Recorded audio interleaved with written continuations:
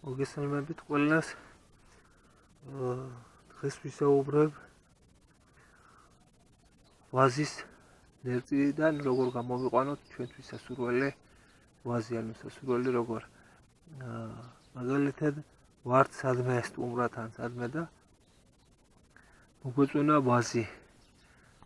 მას გაზაფხულზე, როდესაც კვირტები დაბერილი აქვს, მაგ დროს უნდა ავაჭრათ ვაზი და ჩავფლათ მიწაში. აი ახლა თქვენ კადრში ხედავთ ვაზს, ჩვეულებრივი ლერწი, რომელიც მიწაში ჩავფალით და დაიწყო უკვე ზოგიერთმა გაღვიძება, ზოგიერთი ცოტა ხანშიც გაიღვიძებს. მხოლოდ ერთი კრიტერიუმი აქვს ამ ვაზის ლერწი და რომ გავახაროთ ვაზი. აუცილებლად როდესაც ადგილს ნიშნავთ, სადაც უნდა მოხდეს ვაზის გახარება, ისე უნდა გავაკეთოთ, რომ დილის მზე დაახლოებით 11 საათამდე მაინც უნდა ეხებოდეს. შემდეგ შუა დღის მზე იმ ჩვენ ლერწს, რომელიც ახალი გამოსული ლერწია და გვინდა იმ ლერწის დაფესვენება, შუა დღის მზე უკვე აღარ უნდა ეხებოდეს, ისეთ ადგილზე უნდა დავდგოთ, რომ რაღაცა ეფარებოდეს შემდეგ შუა დღისას, თორე შუა დღის მწველი მზე იმ ჩვენ ლერწს გაგვიხმობს და ის ვეღარ გაიხარებს. შეიძლება თავიდან რო ჩავდგოთ, გამოიღოს ფოთოლი, მაგრამ სამომავლოდ მან შეწყვიტოს სიცოცხლე იმისთვის, რომ შუა დღის მზე მას დააზიანებს. ამიტომ მე გაჩვენებთ კიდევ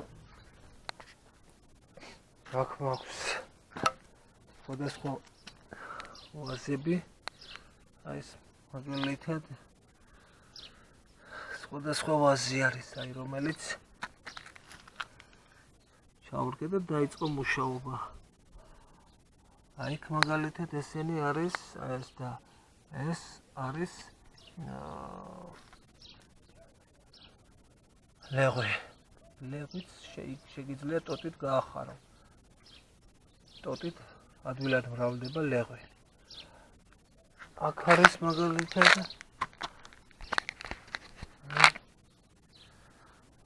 ეს არის ტოტები, ჩემი ტოტები, რომელიც ჩავურგე და იწყებენ მუშაობას. მაგრამ ეს არ ნიშნავს მარტო იმას, რომ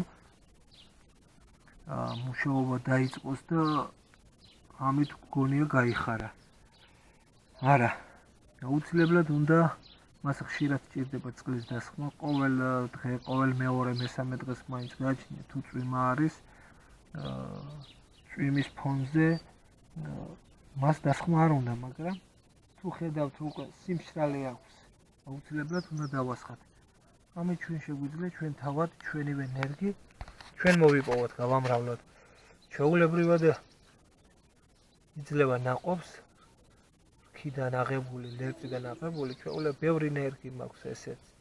ვაზის ჩვეულებრივ კარგი ნაყოფი აქვს, უბრალოდ ნამყენი კიდევ განსხვავდება იმით, რომ მისი საძირე რა სპეციალურ საძირეზე არის დამყრობილი, მაგას აქვს, თორემ ბაზარზე მაგალითად ძალიან ბევრი ვაზი, რომელიც იყიდება, რაიმე განსაკუთრებული საძირეზე არ არის.